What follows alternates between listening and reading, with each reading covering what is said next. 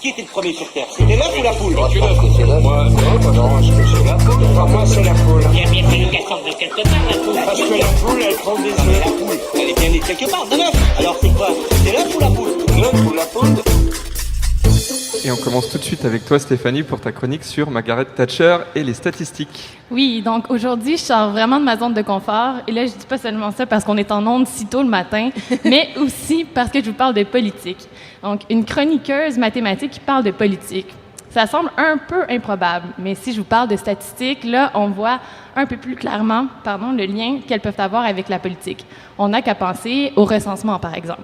Et là, si on suit aux derniers événements, je risque de capter l'attention de nombreuses personnes en évoquant le recensement. En effet, dernièrement, on a constaté la forte popularité de ce sujet quand le site Internet de Statistique Canada a été paralysé pendant environ 45 minutes suite à une trop forte participation des Canadiens et des Canadiennes en cette première journée de recensement. Et là, j'irais jusqu'à pousser la blague « #geek ». Petit coucou à Frédéric Bouchard. Oui, un petit clin d'œil. Blague à part, le recensement, c'est un bon exemple qui illustre le lien entre les organismes de statistique publique et le gouvernement.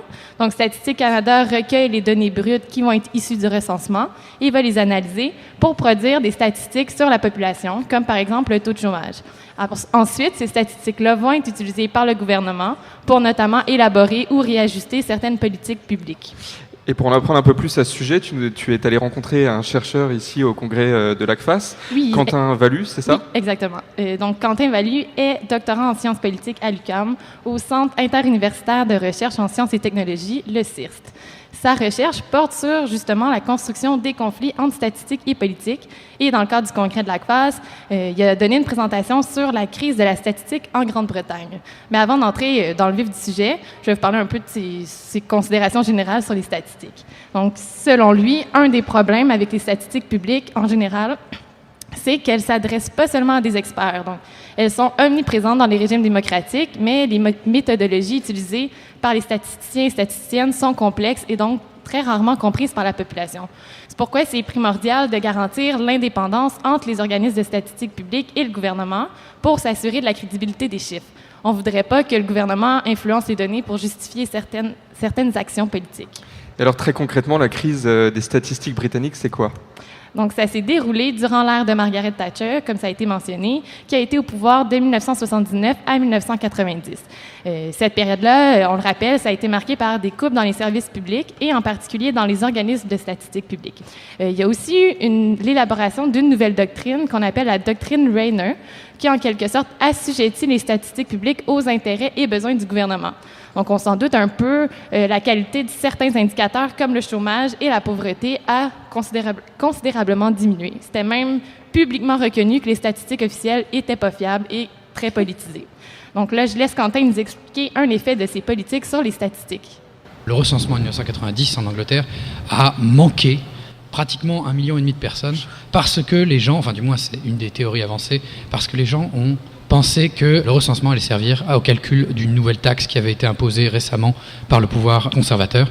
Et c'est une des raisons pour lesquelles ils auraient sans doute refusé de répondre au recensement. Le recensement. On en comprend que la confiance n'était pas au rendez-vous. Et comment s'est réglée la crise finalement? On s'imagine qu'une crise de cette ampleur, qui a duré des années 1980 jusqu'au début des années 2000, c'est pas chose facile à régler. La chute du gouvernement Thatcher en 90 et l'élection un peu plus tard, en 97, du Parti travailliste, un parti de gauche ou centre-gauche, a grandement aidé la situation.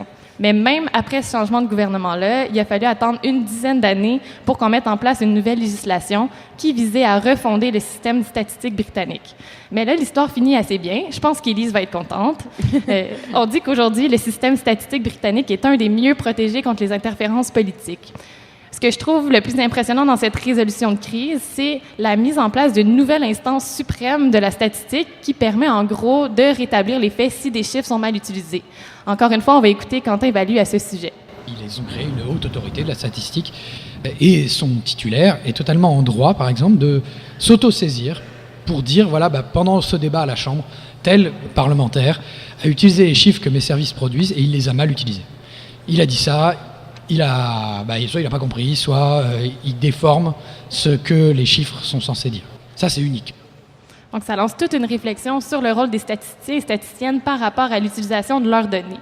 Puis ça peut également nous amener à penser aux mathématiques comme un outil nous permettant d'améliorer notre pensée critique, des mathématiques citoyennes en quelque sorte.